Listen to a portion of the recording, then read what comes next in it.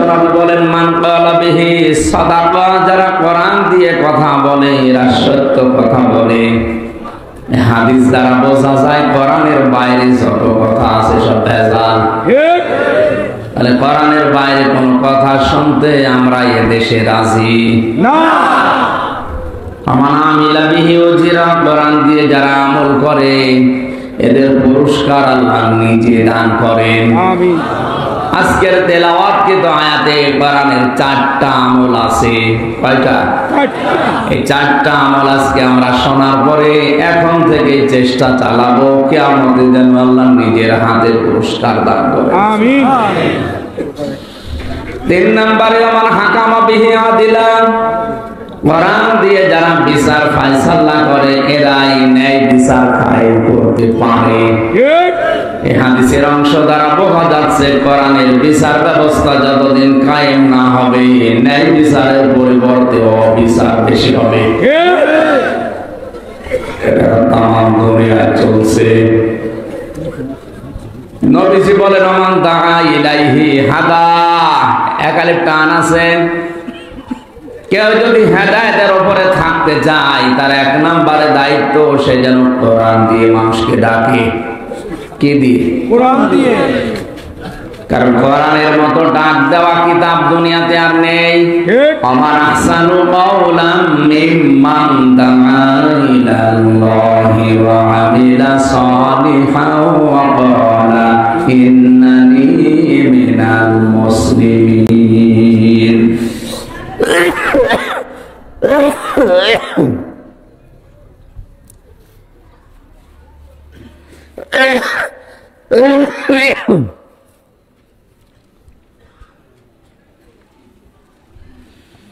আল্লাহ পাক বলেন ওই লোকটার চাইতে উত্তম কথা দুনিয়ায় কেউ বলে না যে আল্লাহর দিকে মানুষকে ডাকে।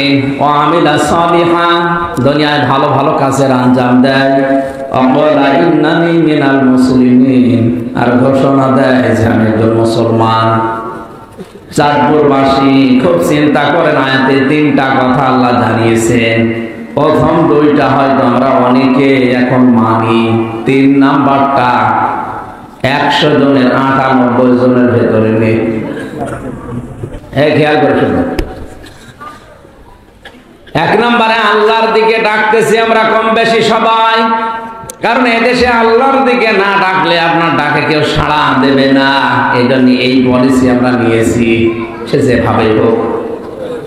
2 নম্বরে আমিলা সালিহা, ভালো ভালো কাজ আমরা যেভাবে হোক কম বেশি করি। 3 নাম্বার যেটা ইন্নানি মিনাল মুসলিমিন, আমি মুসলমান, এই কথা বলার মানুষ এখন দেশে নেই। কারণ এই কথা যদি কেউ ঘোষণা করে আমি মুসলমান, সে কোরআনের আইন ছাড়া অন্য কোন আইনের জন্য আন্দোলন করতে পারে না। আমি এটা বানালাম না। আল্লাযীনা আমানু ইউকাতিলুনা ফি সাবিলিল্লাহ, যারা ঈমানদার এই মানুষগুলো যদি লড়াই সংগ্রাম করে ও করবে আল্লাহর রাহে, আল্লাহর রাস্তায়। আর আল্লাহর রাস্তা এই কোরআনের রাস্তা। কথা বলেন না? সুতরাং বাস্তবে আমি মুসলমান এই ঘোষণা দেওয়ার মতো মানুষ যদি 96% মুসলমান না 51% তৈরি হয়ে যেত, এ দেশে কোরআনের আইন 53 বছর আগে কায়েম হয়ে যেত। হ্যাঁ, মুসলমান আছে 96% আদমশুমারিতে, আর আগা কাটা আছে কি? অনেকেই মনে করে যে আগা কেটে দিলেই মনে হয় মানুষ মুসলমান হয়ে যায়। এটা কাটলে যদি মানুষ মুসলমান হয় তাহলে ছাগল কি? ছাগল মুসলমান দিলে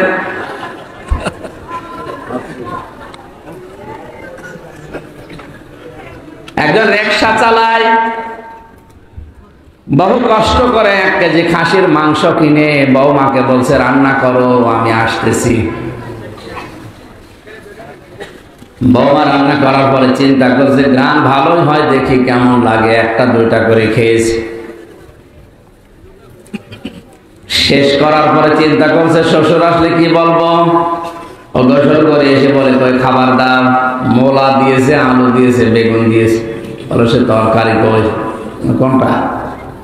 যেটা নিয়ে আসলাম। ডাক দিয়ে বলছে আব্বাসান, আপনি যখন গোসল করতে গেছেন আমি সুন্দর করে রান্না করে ঢাকনা দিয়ে ঢেকে রেখে পানি আনতে গেছি কলে, এসে দেখছি দুষ্ট বিড়াল সব খেয়ে ফেলেছে, আর কিছু নেই। শ্বশুর চিন্তা করে 1 কেজি মাংস রান্না কমপ্লিট করে পানি আনতে গেল, কয় মিনিট লাগে, এর ভেতরে বিড়াল খেয়ে ফেললো। কি বিড়াল? পাশে দেখে সে বিড়াল মেউ মেউ করে, চেপে ধরেছে, রশি দিয়ে 4 হাত পা টাইট করে বেঁধেছে। দাড়ি পাল্লা এনে ওজন দিয়ে দেখে 1 কেজি। বৌমা, এটা যদি বিড়াল হয় সে মাংস কই? আর এটা যদি মাংস হয় সে বিড়াল কই? কারণ এই বিড়াল যদি 1 কেজি মাংস খায় ওজন হবে 2 কেজি। 96 ভাগ দরকার নেই। অকালা ইন্নানি মিনাল মুসলিমিন, আমি মুসলমান। আয়াতের এই 3 নাম্বার কথা যেটা, এই অনুযায়ী যদি 51 ভাগ মুসলমান বাংলাদেশে তৈরি হয়, কালকে কোরআনের আইন চালু হয়ে যাবে।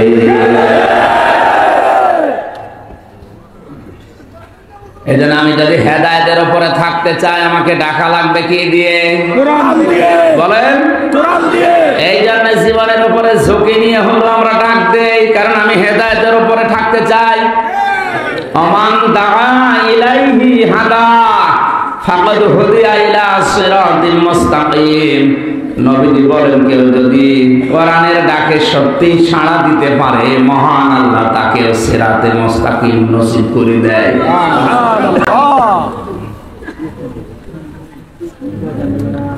সুতরাং আমরা যদি হেদায়েতের উপরে থাকতে চাই এবং সিরাতে মুস্তাকিম পেতে চাই, ডাক দেওয়া লাগবে এখন থেকে কোরআন দিয়ে, সাড়া দেওয়া লাগবে কোরআনের আয়াতে।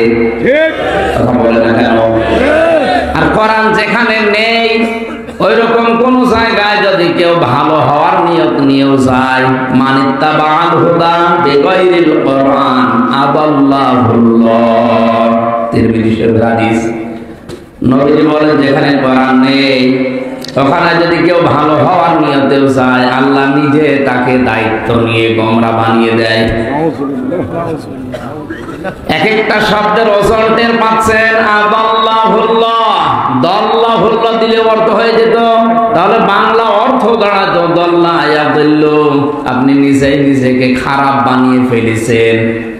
আদাল্লাহ ইয়াদিল্লু ভাবে ইফআল থেকে এসেছে, এই জন্য বাংলা অর্থ দাঁড়িয়েছে আপনি হয়তো ভালো হওয়ার নিয়তে কোনো জায়গায় গিয়েছিলেন, কিন্তু সে জায়গায় কোরআন ছিল না, কোরআনের কর্মসূচি ছিল না, এই জন্য আল্লাহ নিজে দায়িত্ব নিয়ে আপনাকে আরো খারাপ বানিয়ে দেবে। এর বাস্তব প্রমাণ আজ বাংলাদেশ।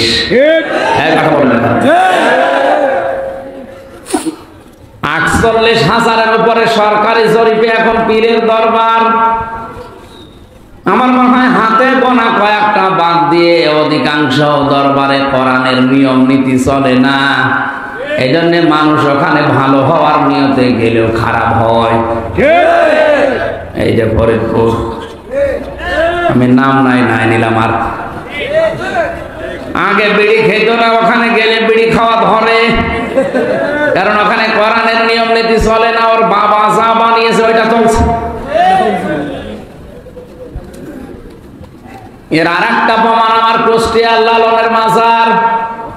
হাজারো মানুষ বিভিন্ন জেলা থেকে ওখানে যায়, নিয়ত কিন্তু তাদের ভালো যে আমরা আল্লাহর ওলির দরবারে যাচ্ছি। অথচ ওই লোকটা সে কি, ও নিজেও বলে নাই, পরিচয় দিয়ে যে আমি কি জাতিতে আমি নিজেও জানি না। সারা দেশ মিলিয়ে আপনি যে কয় মন গাঁজা না পাবেন, লালনের মাজারে তার চাইতে বেশি গাঁজা পাওয়া যায়। একবার রাত্রে গিয়ে দেখি আমার বাড়ির পাশে তো যে দেখি একজনকে দুধ খাওয়াচ্ছে। কি ভাই এর দুধ খাওয়ান? বলো হুজুর এটা আল্লাহর ওলি। আল্লাহর ওলি এর তো কিছুই নেই, পোশাক আশাক, পোশাক নেই, তাতে কি এর ভেতরে মাল আছে। আমি বললাম মাল যা সেটা তো দেখা যাচ্ছে, নতুন মাল দেখাও, এ মাল তো সবার আছে, মাল সবার নেই, ওইটা মানুষ মাল মনে করে।